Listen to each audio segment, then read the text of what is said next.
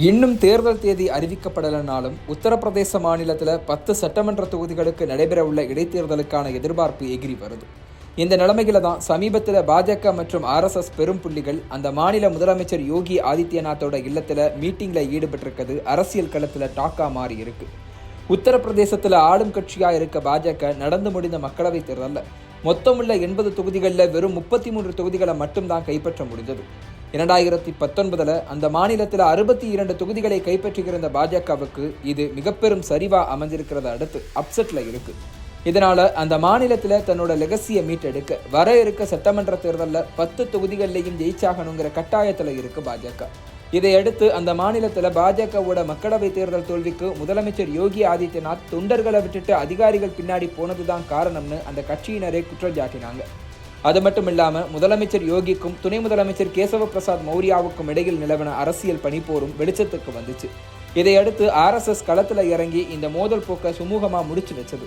நடந்து முடிஞ்ச மக்களவைத் தேர்தலில் இடஒதுக்கீடு சார்ந்து இந்தியா கூட்டணி கட்சிகள் செட் பண்ண நரேட்டிவ் தான் உத்தரப்பிரதேசத்தில் வீழ்ச்சிக்கு முக்கிய காரணம்னு நம்புது பாஜக.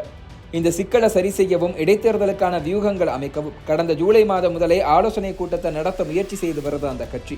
ஆனால் முதலமைச்சர் யோகிக்கும் துணை முதலமைச்சர் மௌரியாவுக்கும் இடையே இருந்த மோதலால மீட்டிங் தள்ளிப்போன நிலைமையில் இப்போ ஆகஸ்ட் 21 முதலமைச்சர் யோகி ஆதித்யநாத்தோட இல்லத்தில் பாஜக மற்றும் RSS தலைவர்கள் கூடி மீட்டிங்கை முடிச்சிருக்காங்க.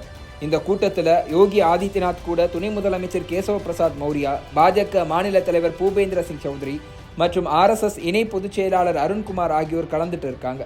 அது மட்டும் இல்லாமல் இந்த மீட்டிங்கில் டிஸ்கஸ் செய்யப்பட்ட சில முக்கியமான விஷயங்கள் பற்றியும் தகவல்களுக்கு செஞ்சிருக்கு. இடைத்தேர்தல் நெருங்கி வரும் இந்த நிலைமையில மாநிலத்தோட கட்சியோட வளர்ச்சிக்கு சவாலாக இருக்கிற விவகாரங்கள் பற்றி விவாதிக்கப்பட்டதா செய்திகள் வெளியாகி இருக்கு. குறிப்பா பாஜக நீண்ட காலமாக களப்பணியாற்றி வரவங்களை நகராட்சி, வட்டம் மற்றும் போர்டு அளவில் பொறுப்புகளில் அமர்த்துவதற்கான சாத்தியக்கூறுகள் பற்றி மீட்டிங்ல ஆலோசனை செய்ததாகவும், அது மட்டும் இல்லாமல் வர இருக்க சட்டமன்ற தேர்தலில் பாஜகவோட செயல்பாடுகளை மேம்படுத்துவதற்கான திட்டங்கள் பற்றியும் வலிமையான வேட்பாளர்களை களமிறக்கிறது பற்றியும் டிஸ்கஸ் செய்யப்பட்டிருக்கிறதா தகவல்கள் கசிஞ்சிருக்கு. இது தவிர பாஜக உறுப்பினர் சேர்க்கையை அதிகப்படுத்த பிரச்சாரங்கள் மற்றும் பாஜக நிகழ்ச்சிகளை ஒருங்கிணைக்க திட்டம் வகுக்கப்பட்டதாகவும், RSS மற்றும் யோகி அரசுக்கு இடையில சுமூகமான உறவை மேம்படுத்துவதற்கான வழிகள் பற்றியும் இந்த கூட்டத்தில் கலந்தாலோசிக்கப்பட்டதாக கூறப்படுது.